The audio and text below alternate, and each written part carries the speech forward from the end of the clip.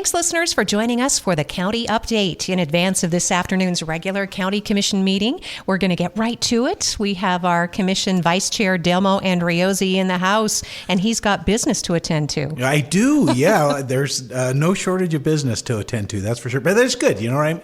That means we're continuing to do stuff. And I this is shameless, but I got to do this because I just got off the phone with my good friend, Dr. Matt Liparelli. So I know he's tuning in today, and I just want to wish him and his family a big howdy. And it was nice talking to him. So I had to plug him here shamelessly on the radio. So that is a wonderful plug. Dr. Liparelli was my optometrist for many, many, many, many years, and really appreciate him and hope that he is enjoying his retirement. But I know he has a lot of civic duties. He does. Yes. He's still a busy guy. Busy guy. Speaking of busy, we're going to start with the bottom of the agenda because it's probably the most impactful thing, and not just for Elko County for a change, but Delmo County Commissioners, county government prevailed in a lawsuit over AB 519. Wanted to give you some time to discuss it because it's very specific and it does not change the school funding formula. Right. And thanks for bringing that up and giving me an opportunity to talk about this, because this, from the beginning, I've been very consistent about what I've said, and there were elements of the bill that are very good. One among them was the appropriation to build the new school in Hawaii, and to have that rural fund set aside, that rural schools, because it's the problem is in Nevada is you just don't have the tax base to build these expensive projects. Whether it's a big road project or a school project or whatever you want to say, they're complicated, they're expensive, and we just don't have the tax base to do it. And so there were those elements of the bill that were really good. And just the one element of the bill that was really troubling for me personally was the fact really that the way the bill came out really singled out Elko County, and really essentially what they did is they forced us. They said, you will raise at least 1 cent, and if you don't, we will raise it up 25%. And it's the only law that I'm aware of that would allow you to go over the 366 cap in addition to that. So very troubling to me, and I think we got, with my position on NACO and stuff, I'd mentioned that, and I think, because we were shortly after that, we did file a lawsuit regarding that one specific part of that bill. And, I guess maybe there's some criticism and stuff, and people not really understanding. Really, the state law in a lot of different areas has what they call population caps. A lot of times you'll see it's everybody that's over 700,000 or below 700,000 or below 100,000, but there's a lot of state law that's written like that. But this particular law said every county it was 5,000 people, it absolutely singled us out. And we had a concern with that, because if they could single out one taxing entity and force them to raise a tax increase, then that, I thought that was a dangerous precedent to set. So we did win that lawsuit, and the judge in Carson City found that action to be unconstitutional. I thought he or she, I'm not sure what the judge is, but I looked at the decision. Very sound reasoning and sound decision that he made. And, we'll see what the state's next response is. I guess they could appeal it, but I see this as a very significant, if it stands, then it's good legal precedent going forward, so that not just a single taxing entity gets singled out, because that's just not good practice. And then, like I said, for me, it's the only law that I'm aware of. There could be some others that I'm not aware of, but it's the only one I'm aware of that would have allowed us to go over the cap.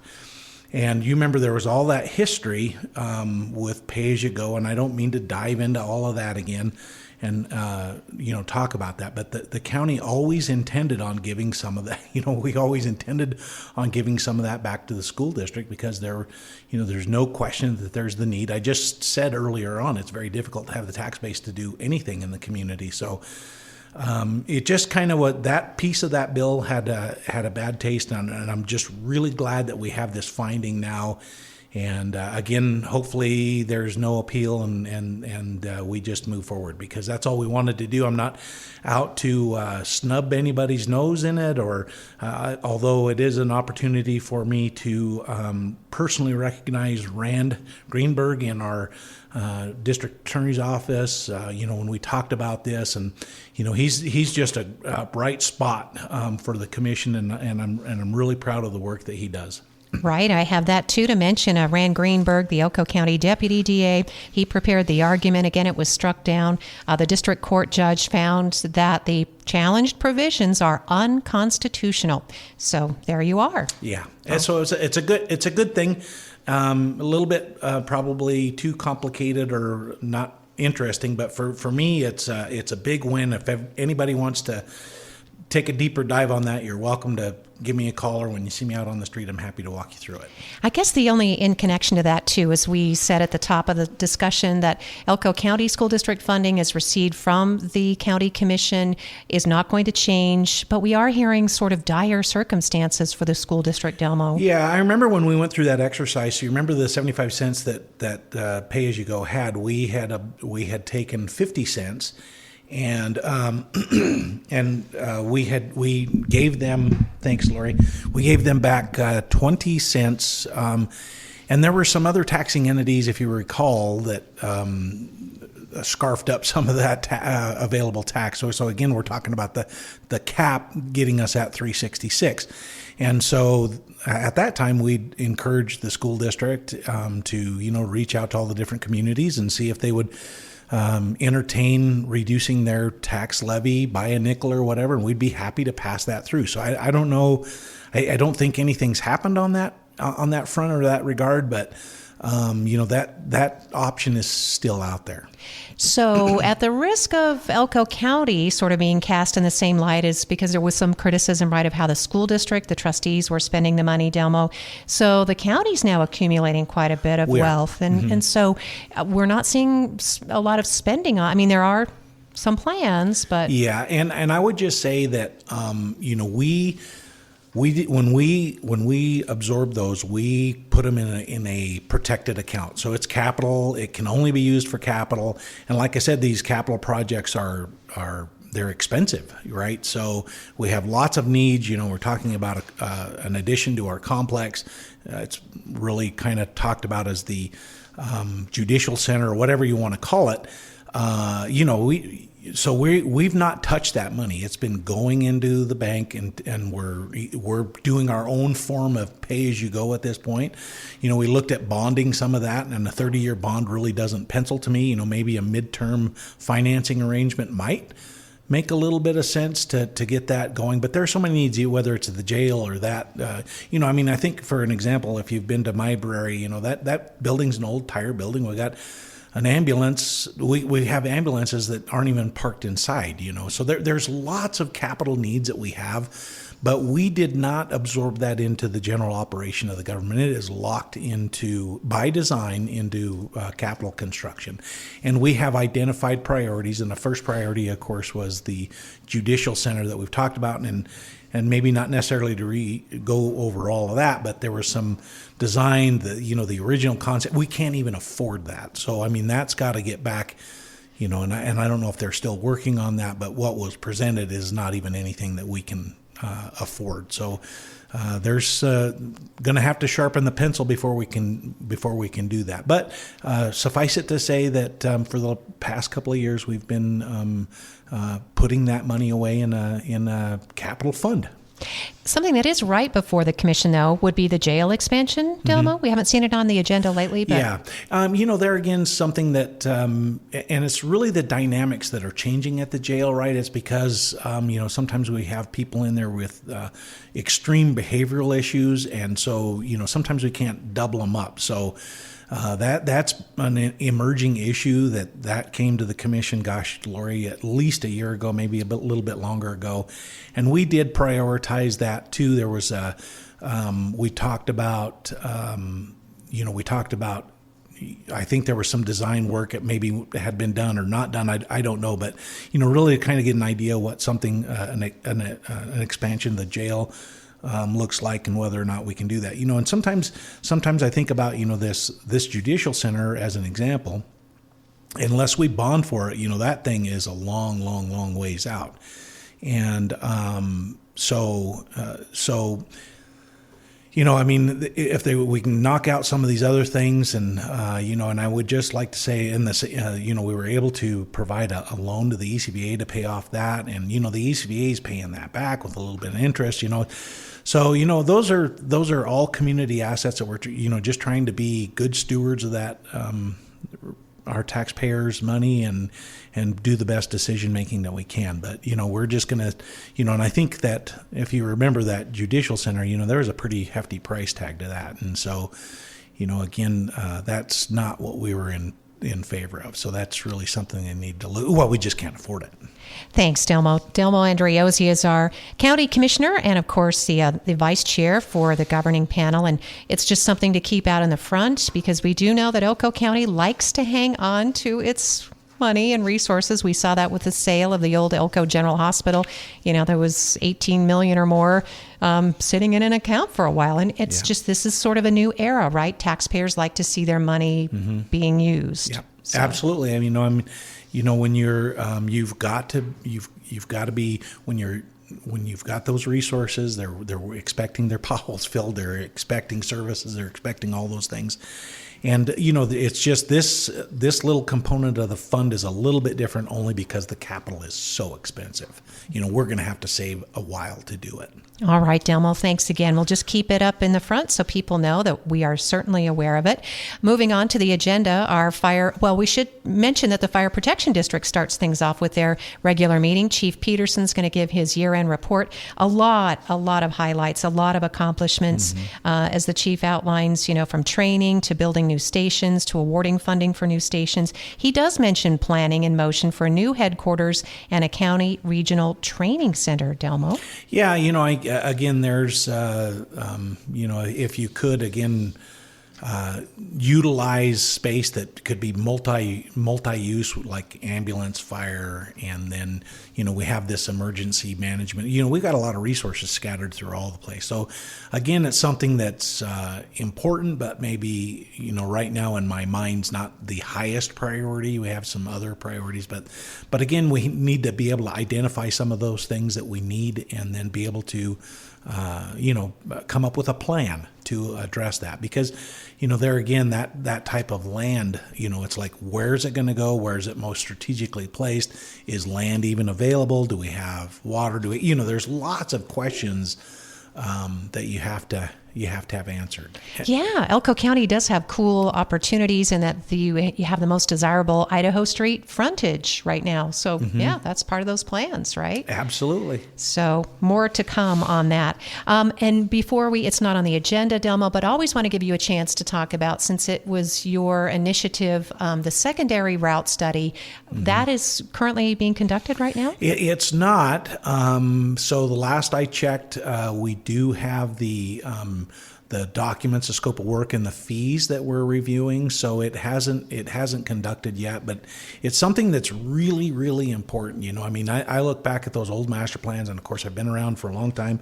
This is something that's been talked about for a long time, but there really hasn't been any forward action.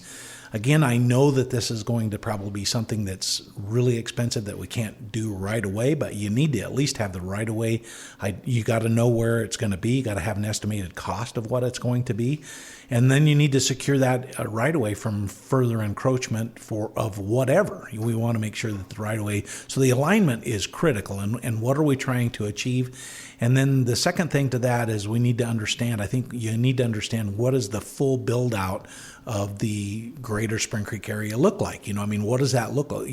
So all of those factors go into that decision-making process and to make a really good decision. I think once you have that and kind of have some planning and maybe you have some right-of-way established, then maybe you can open up some communication with NDOT or Federal Highways Administration and see if there's some grant funding out there. Because, again, I've always guessed at what that would cost. I have no idea what it would cost, but I'm guessing it'd probably be $100 million that kind of cash doesn't exist, so but that's the other part of this is, what is, and at the same time, is there some intermediate steps that we can do that help alleviate some of the concern or congestion or when there's an incident on the roadway. So I think some of those things, some of those discussions, that planning helps drive that, and then our decision making falls behind that plan, right?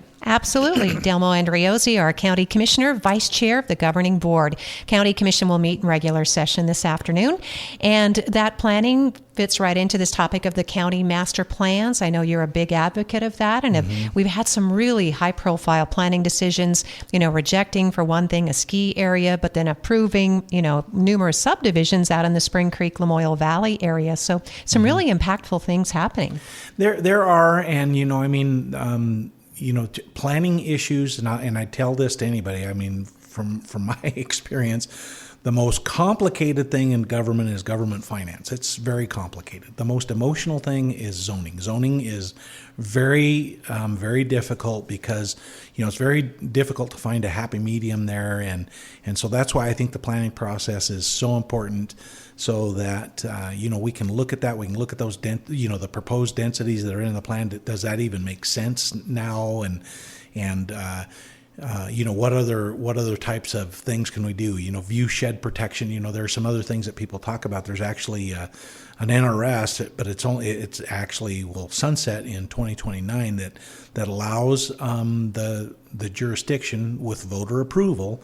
It's got to be a voter initiative to raise up to a 0.25% sales tax that could be used to purchase property that you want to reserve or preserve, and to use that same money to maintain, or so there's a lot of different things that could be done. We've got parks scattered throughout the whole county, everywhere from Jarbidge to Tuscarora to Lamoille, all of those things without a really good maintenance plan, so that's something that we at least want to see if there's an appetite for. I'm not saying that there is, but that option does exist, because I think that, I think everybody really values our rubies. I remember when that doggone fire went up there. I felt like I was mourning the loss of a very, very good friend. So they're pretty important, and that's part of this process that we need to go through and just make sure we're all on the same page. And I think that's a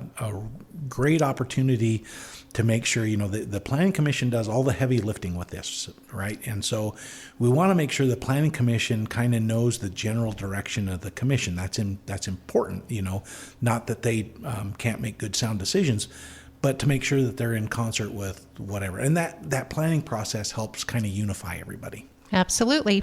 And it does fit in with, because Elko County is a major partner in an effort. Oh, I wanted to mention too, that Elko County cares very deeply for Lamoille Canyon. When the Camp Lamoille campground burned down, Delmo, you were instrumental in steering some of the ARPA money toward that. I think it was like $750,000 to rebuild it, because it is really a gem. It's a jewel in this treasure of the Ruby Mountains. Yeah, and I would just like to say, when I think about, kind of the evolution of Elko County, which is what it is, and the partnership that we have with the Forest Service, we had floods, and we were working side by side. When those floods happened and that fire happened, there were people trapped in that canyon.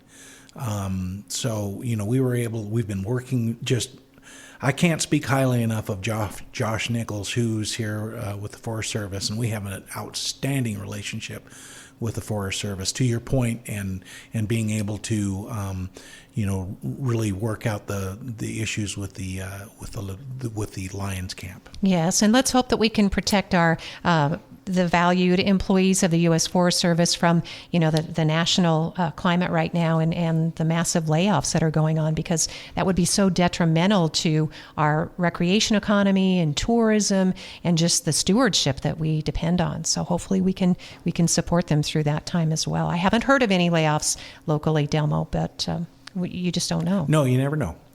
And that ties into Boys and Girls Club Community Development Grant. County commissioners are partnering, providing $15 million, also in ARPA money, for design and build of an event center, and that's on the agenda today. Yeah, and part of this, as we crafted an agreement, required some, I'll just call it transparency or accountability or reporting requirements, and this is all part of it. And there are some sideboards on there, and they'll need to. There's some deadlines. If they don't cross those milestone deadlines, then that money would come back to Elko County. So I think everybody's I would say the overarching goal is to try to take dollars that we didn't anticipate having and really add to a quality of life here, or to actually grow the economy. That's the overarching goal. But at the same time, we have some expectations that for some reason they can't acquire land, whatever the case may be. There has to be an out. But part of this is just continued communication at the board level, so that so that the public can be aware of it, because it is public's money, and then we can kind of monitor how that progress is going. So I'm looking forward to the report.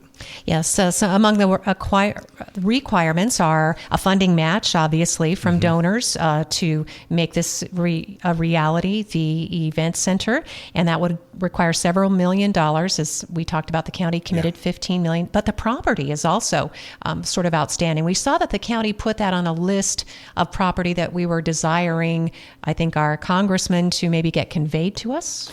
Yeah, and I think that that's property. And I think that was part of our ask even in the past, because that's that section that the bus barn is on, right? So, those types of properties, that we didn't really deviate very far from what we've asked from in the past, except we've asked for an expansion of land around where the shooting range is, because we can grow that sport out there, or that amenity a little bit if we have some additional buffering. But that's the one thing you did when you were talking about the nuances of the contract that I'd like to bring up. There is an expenditure that, every expenditure and so right now we've allowed them to spend up to $1 million in design work, right? So that's the most that can be spent. And then to the construction, they're going to have to, that all those things, including the funding that they need to build the project, needs to come before we would release any of those additional funds. They hold the funding, but they need authorization for every before they can do any expenditure. And then any of the construction won't start until all the funding's in place. All right. So they got a lot of work to do. A lot of work to do, but we'll get next steps in today's Elko County Commission meeting. So Rusty Barr will give an update on that to the county commissioners. So the next topic is also super cool and exciting. It looks like it has a lot of support, Delmo, by the number of attachments, people supporting Nevada Department of Wildlife and reestablishing the Desert Bighorn sheep in a historic range in the Cortez Mountains. Yeah, I've talked to representatives of NDOW, and this is actually coming through us by BLM. So essentially, there's a herd of these sheep that are down in the Las Vegas, Clark County area, and due to the drought, they're expecting a pretty significant die-off. So it's an opportunity to relocate some of those sheep, which, again, it's multiple use. This is a huge hunting opportunity and economic opportunity. So I think from that perspective, I think, it's a really good opportunity. And I know in speaking with them, there's always a concern of, if there's an impact to, some of the ranching industries, but, I think they'll all work together to identify what some of those impacts could or could not be, and then maybe address those. So I'll leave that up to the professionals, but I suffice it to say that I think that it's a great opportunity for us. You can grow that herd. I just think about, I remember, and you probably do too, years and years ago when they let out the goats. The goats, yes, and up in the Rubies, and we have a robust, there's been the pneumonia that's come through a couple of times and kind of wiped them out, but it's been a very robust adventure up there. And then the elk, the elk are just, they're everywhere, and they're awesome. And then the elk invited the moose. Yeah. Yes. And maybe I shouldn't say that. I was going to say I saw the garbage moose finally. Oh, good. So- That's okay. I think you can say it because I can? think people are aware. I don't think you're the first sighting. So, yes, we're not going to ask you to take a sobriety test or anything. So, But it was exciting to see, right? I mean, it's a massive animal, and you're going, holy cow. I just saw a moose. But it was... It was great, so all those things, and that hunting is such and has been for so long an important part of our local economy. And I remember the big buck contests of years ago. So we love our wildlife here in Elko County, even if we're not sportsmen and women. In fact, I learned just this morning at the ECVA's branding and marketing meeting that 80% of the fishable water in Nevada is located here in Elko County. Wow. Did you know that? We should make a slogan out of that. We Sounds should like make a slogan. That's a bumper sticker for sure. Absolutely. So on to the next topic, because we are getting right through to get you to the meeting on time. Get My Ride Transit Service. Now, we know that they rely on grants. Delmo, are there concerns about funding for this for the future? Because we're already short. Yeah, I don't. This is a renewal of a grant that we've had, and this Department of Aging, and there's a small match, and we've been, philosophically from my point of view, it keeps people active, and so this particular grant is specifically for people who are elderly or disabled, and they can get a ride. And that's a great service. You see it up at the senior center, and people that may or not be able to get up there for congregate meetings, meals, and that type of a setting. It provides them that opportunity, or going to the doctor, or whatever the case may be. So I don't anticipate any problem with this. It's been, again, it's heavily grant funded, and has so far has been continued to be funded. That's good news. Do you hear anything about Elko County's desire for Lyft or Uber? That might not be something you're working on. I think our county manager, Amanda, might be. Yeah, I don't know. I really haven't heard that too much. I certainly would think that there's a potential opportunity there, especially with the fact that that we don't have an operating taxi service any longer. It seems like that there would be an opportunity there. So, but I'm not aware of anything. All right, and it's not on the agenda, so didn't want to get anybody too excited.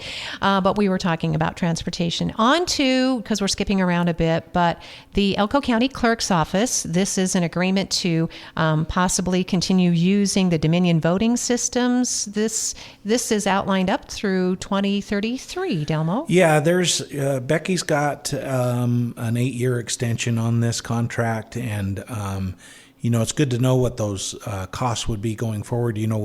With any of these types of things, I always think it's important, and I'm not sure that this one has it in there.